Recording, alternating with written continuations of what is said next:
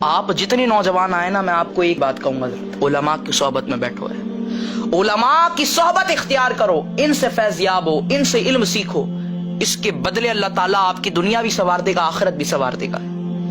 آج تو ٹکے ٹکے کے لوگ آ گئے جن کی کوئی اوقات نہیں، جن کو گھر والے نہیں پوچھتے، وہ یوٹیوب پر سوشل میڈیا پر بیٹھ کر علماء پر بک بک کر رہے ہیں۔ میں آپ کو حقیقت بتا رہا ہوں حضرت، میں خود جامعۃ المدینہ کا طالب علم ہوں، میں خود طالب علم ہوں درس نظامی کا۔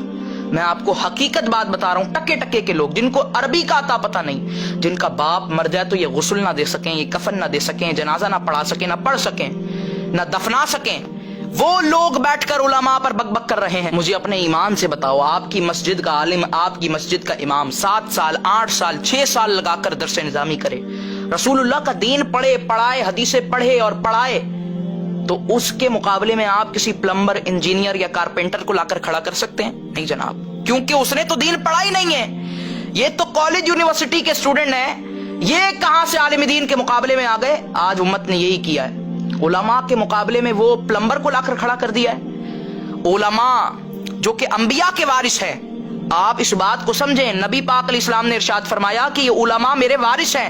کہتے ہیں علماء تے کوئی شے ہی نہیں۔ میں نے کہا اگر علماء کوئی شے نہیں ہوتے تو نبی پاک یہ نہ فرماتے کہ یہ علماء میرے وارث ہیں۔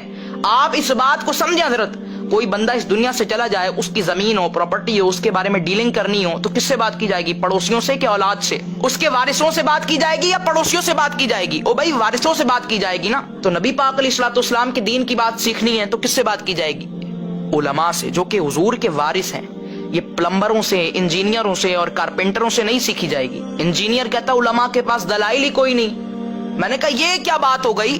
آ کر بیٹھو نا مفتی صاحب کے ساتھ، مفتی راشد محمود رضوی صاحب کے ساتھ، مفتی مشاہد حسین کاظمی صاحب کے ساتھ، یہ کیا بات کر دی؟ یہ تو کوئی بات نہیں ہوئی کہ تیرا کمرہ، تیرا کیمرہ، تیرے بندے، تیرے لوگ، تیرے دلائل اور تیری باتیں، تیری واہ واہ۔ آ کر بیٹھ علماء کے ساتھ تاکہ پتہ چلے تجھے عالم کون ہوتا ہے، علم کیا ہوتا ہے۔